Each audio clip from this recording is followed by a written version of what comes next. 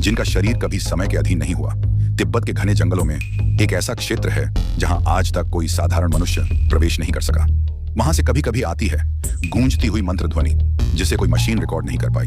कहा जाता है वहां एक दिव्य शक्ति ध्यान में लीन है, न सांस की गति न धड़कन की आवाज, पर वातावरण में है एक जीवित चेतना। वो कौन है? कई तिब्बती संतों का कहना है ये वही है जिनका जन्म सेवा और शक्ति का प्रतीक है, जो राम के हैं और आज भी हमारी रक्षा कर रहे हैं। सवाल ये नहीं कि हनुमान जी कहाँ हैं, सवाल ये है कि क्या हमारी श्रद्धा उतनी जीवित है कि हम उन्हें देख सकें? क्या आप तैयार हैं उस शक्ति को महसूस करने के लिए? क्योंकि हनुमान आज भी हैं, बस हमारी आस्था की आंखें बंद हैं। अगर ऐसे ही दिव्य रहस्यों और आध्यात्मिक सत्यों को जानना चाहते हैं तो चैनल को सब्सक्राइब करें, क्योंकि आस्था वहीं जागती है जहां ज्ञान की